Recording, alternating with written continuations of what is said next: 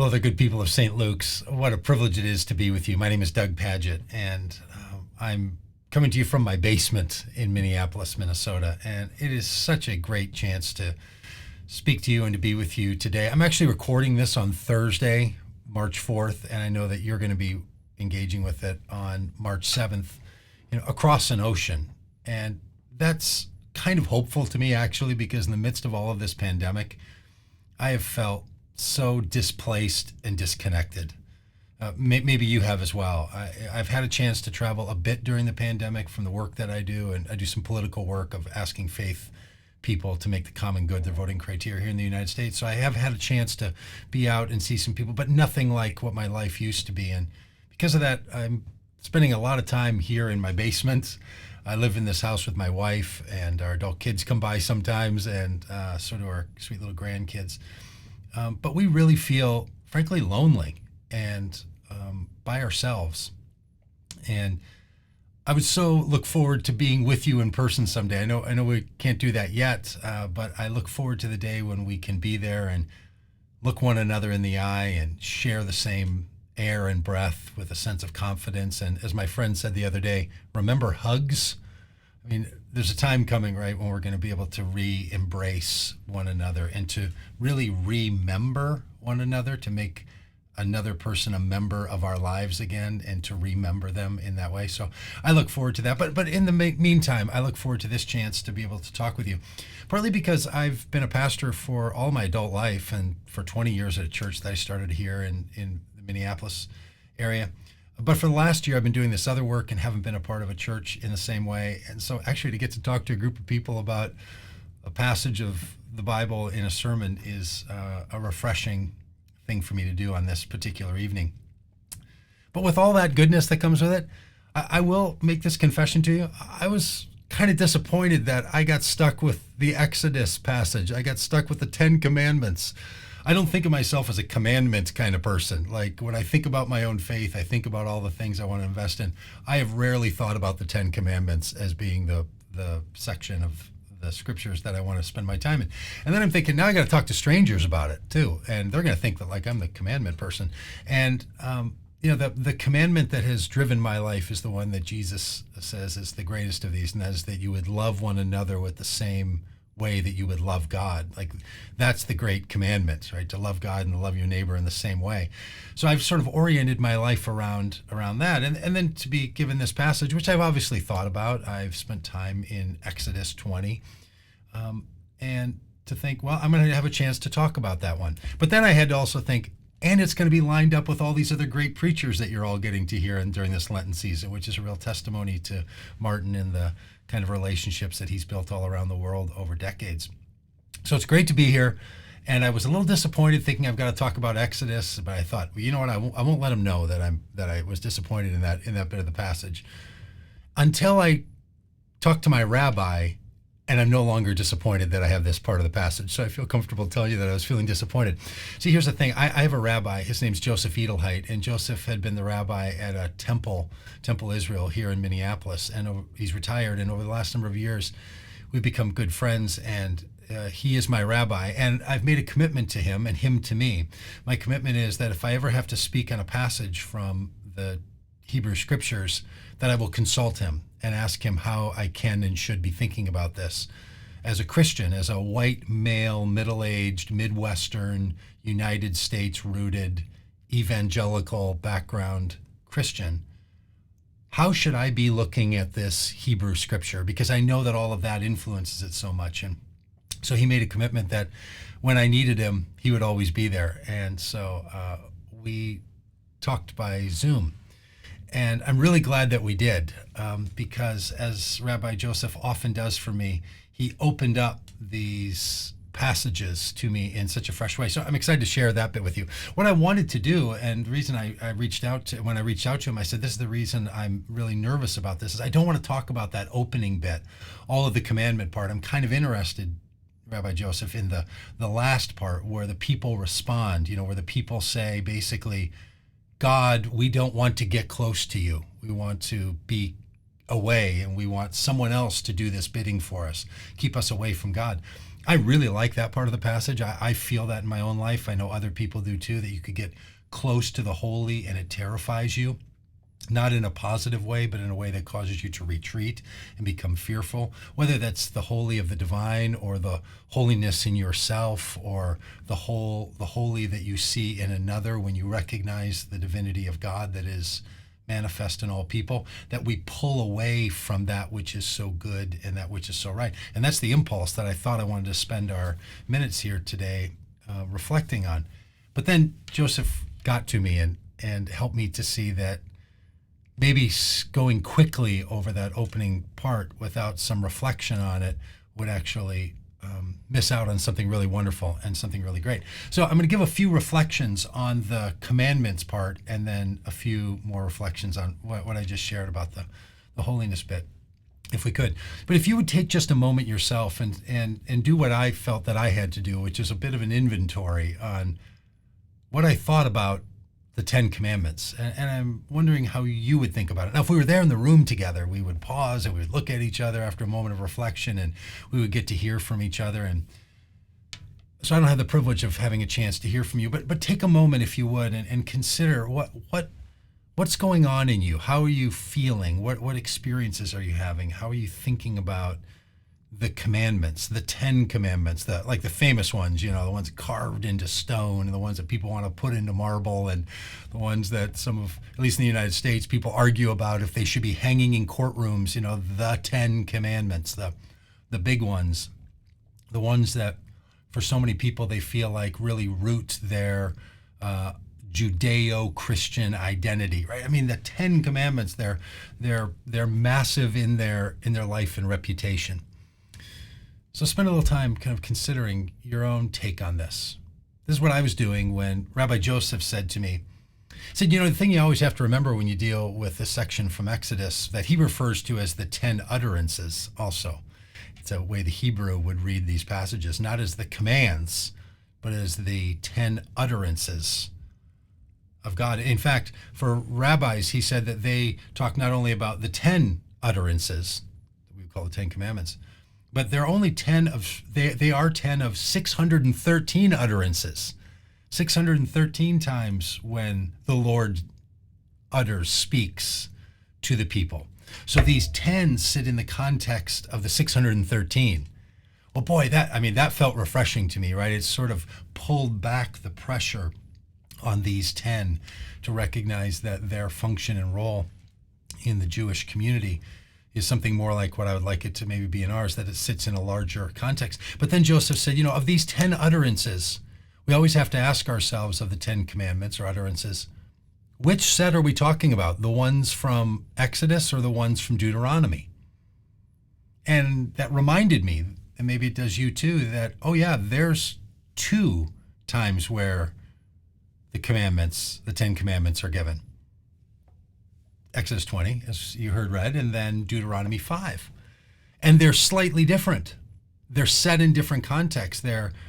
The story is told at a different time for a different function with a slight difference in them. And just that little opening, that there's not just one, there's 2. They're not exactly the same, and they're in different settings. Boy, I don't know about you, but whenever I hear that something that can be seen as so settled, so set, so carved, so permanent, it sort of makes it more humane, sort of makes it more approachable, doesn't it? It kind of makes it more like us. That doesn't stay the same or sit the same or feel the same.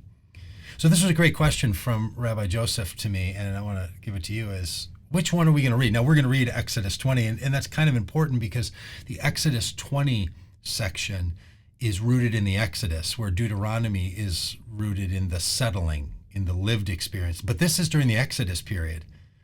This is the utterance of God that comes to a people who are displaced and disoriented and lonely and in the wilderness.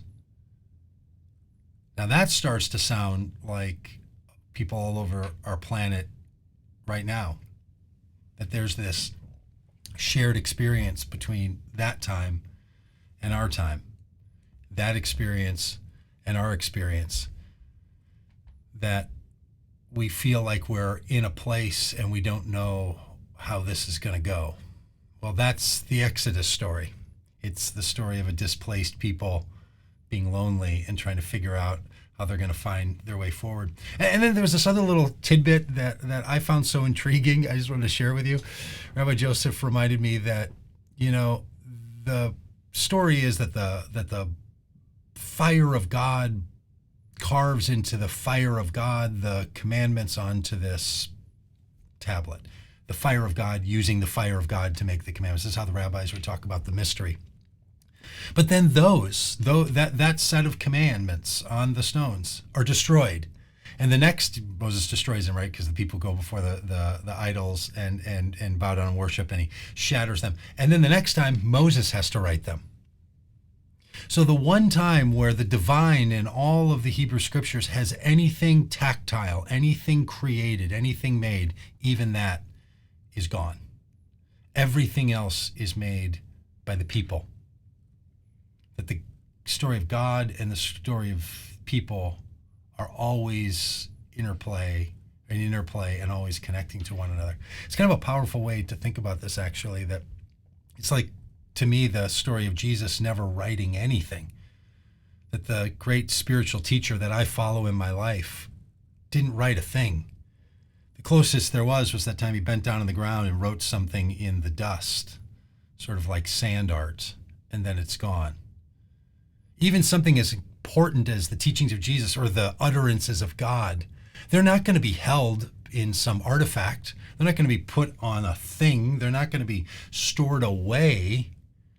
This is going to be a story of a people who tell this, who hold this, who share this, who profess this, that we are essential parts of this whole story. It's kind of wonderful, actually. So these commandments, right? I thought about them. They were old, and I wanted to read them quickly.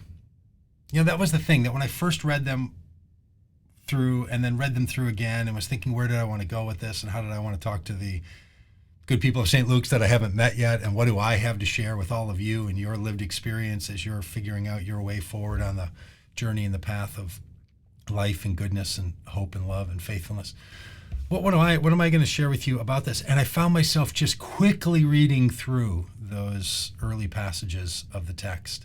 And then Rabbi Joseph said to me, whenever you think that something is familiar, the best thing you can do is slow down. Whenever you think you're dealing with something familiar, the best you can do is slow down. Now that actually turns out to be true with the reading through of these commandments. I think it's kind of also true of our relationships with people that we love or the people we see so often. Maybe it's even the relationship we have with ourselves, that maybe this familiarity kind of breeds breeziness too quickly. Let's get over that. That maybe we slow down, that we let the eyes, we let the imagination, we let the heart linger a bit longer. I mean, for me, in all the conversation about all of this, that little statement of maybe when something becomes so familiar, the best thing you can do is slow down, was really life-giving to me. And I don't know, maybe it is for you too, which kind of brought me to the beginning part about the opening bit of this, the Shabbat, the remember the Sabbath.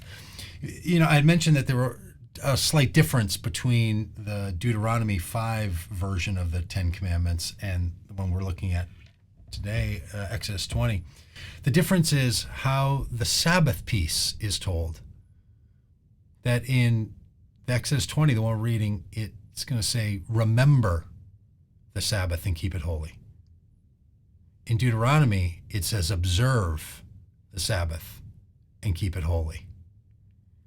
This little difference between the past tense, to remember, and the present tense, to observe. But they both have to do with perception. That at one time during the Exodus, they needed to remember. And during the time of the Deuteronomy writing and telling, they needed to observe. That we live in both times, we live in both spaces. I find it really quite fascinating. So just a quick run through some of the phrases here. It starts out with that, I'm the Lord your God who brought you out of Egypt, and brought you out of a house of slavery, and there are no gods before me.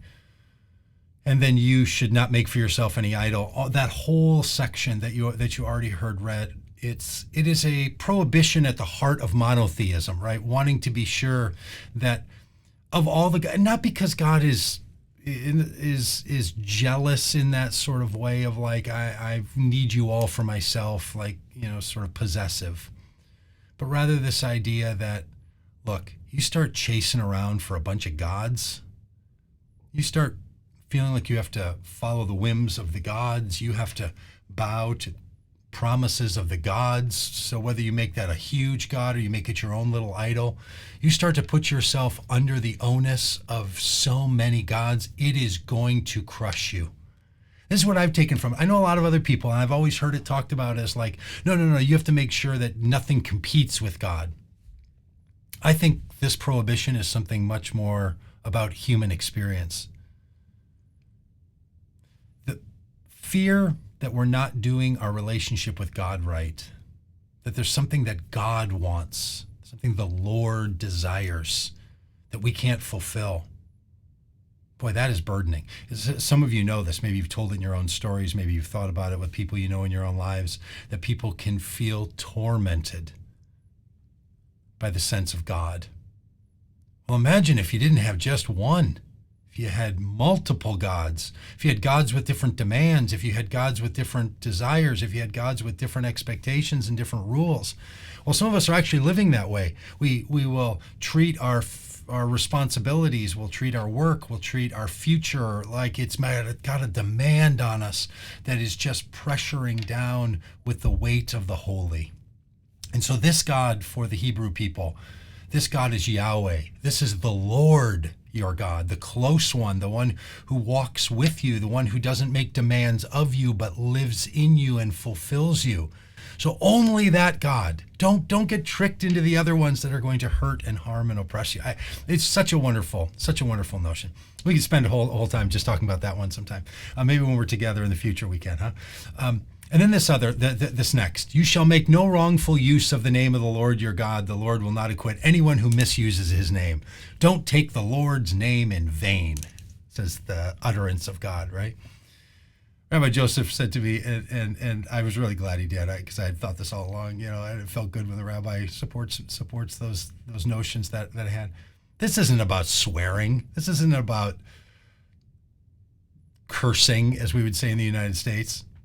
Doesn't mean swearing, but it does mean swearing in this sense that you make an oath, that you misuse the name of the Lord to sort of support the things that you do, that you're going to invoke God and swear upon God something that you have no intention of fulfilling. The wrongful use or the misuse or taking a name in vain is to try to use it for something that it doesn't have any place to be used for. Look, in the United States, we're seeing this all the time. People baptize their actions in prayer. They baptize their actions in statements of belief of God. They state their actions to be sent by God. So often, these are not about God. They're about another agenda. It's about as clear of taking the Lord's name in vain as you can get. And then there's that bit about the Sabbath and the Passover, this one being anchored in the Exodus and in the need to keep it all active. And then it jumps to this one about your father and your mother. Now, depending on your relationship with your father and your mother, this has been a hard one to hear. And for whatever reason, we seem to think we should talk about this one to children. I promise you, this is not a children statement. Honor your father and mother so that your days will be long in the land and that the Lord gave you. That's not about, hey, kids, obey mama. That's not, hey, kids, don't talk back to papa. This is something about a multi-generational transmission, that we live in the midst of the histories of those who've come before us. We create the history of those who are going to follow us, and we live as the future of those who gave birth to us. To recognize, to honor doesn't just mean don't talk back or don't forget. It means to take on the burdens of our parents and of one another. It's really the heart of the essence of what I think the gospel is, which is one anotherism, that we love one another. And this idea, because the thing about human beings is that we are, if not the only animal, one of the few that practices self-harm. Human beings, what's up with us? We hurt ourselves. We harm those closest to us. In fact, the story of Genesis starts, with the son of God having two sons and one kills the other, like right off the bat. This is a story of family violence, that the family of God or the family of man or the human family is not enough of a notion. We have to honor one another. We have to honor our father and our mother and those who have gone before us. Pardon me with this thing stuck in my mouth. I would just stop and start the recording all over again, but we're getting to know each other pretty well. So you honor your father and your mother. But so what does that mean? How do we do it? Well, I think it's the same way we are called to love one another. So it's this beautiful passage of loving one another. And then the rabbi said, and then we shift into this fast-paced list of the taboos. Thou shalt not murder. Do not commit adultery. Do not steal. Do not bear false witness against your neighbor. Don't covet your neighbor's house. These are classic taboos from nearly every period. Just about every religion and just about every culture has this same list of them in some way or the other. Thou shalt not murder. Now, in some translations, it will say, thou shalt not kill. The rabbi made a big deal out of this. He said, look, it's clearly murder. Killing happens all the time. There's all sorts of things that are killed and that die, from plants to animals, human beings. This is an edict about intentionally abusing the sacred nature of life. Do not abuse the sacred nature of life. The murder is the intention that takes life so frivolously that we would use it for our own purposes. So anyway, this is why I think Jesus teaches, if you say to someone, I hate you, if you speak ill, you've committed murder. You have abused the sacred nature of life. Now, I'm not a hunter. I'm quite uncomfortable with it. I'm not a fisherman either. I don't do the things that any access I have to animals comes from the hands of someone else. I don't like it and I don't stay around it. But my hunting friends tell me there's a real difference between those who honor the sacred nature of life and those who don't. What a powerful, powerful lesson. I'm glad we didn't skip over all of these. You shall not commit adultery. Now this was the most interesting passage to me of the taboos from my conversation with the rabbi. He reminded me that in the period we're talking about, it's a polygamous culture. It's men who have multiple wives. So this edict, do not commit adultery, it only applied to women. Maybe you know that in the Gospels of Jesus that there's this time where a woman is caught in adultery with a man and she is brought out in public, naked, put on the ground and to test Jesus to see what he would do. And they say, we caught this woman in adultery and the law teaches us that you should stone this woman. And that's where Jesus bends down and writes on the ground, the only time that he does. And then he gets up and he says, well, those of you who are without sin, cast the first stone. Beautiful story. It's a story where he sides with the oppressed and he sides with the weak in culture and he sides with the woman. If our churches would continue that pattern, we'd be much better off, wouldn't we? But in that story, you've probably asked yourself, why is the man not being hauled out here? Well, this is the thing about the culture then and the culture that this Exodus passage is written in. Men can have multiple relationships. Women can't. This is about recognizing these societal boundaries, but look, we are responsible for our societal boundaries. This isn't just about keep these in place. We are required to tell one another what are going to be the societal boundaries. They're not, shall we say, written in stone. Then the next one, you shall not steal. I didn't know this, but did you know that phrase actually is best understood as thou shalt not kidnap? The stealing here is stealing of a human, what we might call in our day human trafficking. You shall not bear false witness against your neighbor. Look, in the early Mesopotamian period of this, or in our period now, if you can't trust the system that it's going to get things right, that you're going to be able to adjudicate a fair resolution to a conflict, you can't really have a society. I mean, in the United States, we're living with that right now. It just feels like lies are everywhere, that our government, especially our former government, was so out of control, and you didn't trust anyone anywhere. And we saw what kind of devastation that led to here. And I'm sure in the UK, you're experiencing your same thing. Maybe you feel it with Brexit, that dishonesty inside of the system is more than just a personal violation. To not tell the truth for deception's purposes is terribly painful. You shall not covet your neighbor's house. And then it's this crazy list at the end, right? You shouldn't covet your neighbor's house or your neighbor's wife or male servant or female servant or slave or the ox or the donkey or anything else that belongs to your neighbor. Like, why the long list, right? The other ones don't have a long list. Why does this one have a long list? Maybe it's sort of the way that in American English, at least, we use "et al." All of it. Don't covet any of it. Like, the issue is not the thing you're coveting. The issue is the coveting. The issue is the relationship that you have. All right, so there's this little passage, right? When all the people witnessed the thunder and the lightning and the sounding of the trumpet, they said, "You speak to us, but don't let God speak to us, or we will die." The fear of the holy. Man, we're afraid of that which reflects the divine. I think that's why people fear one another.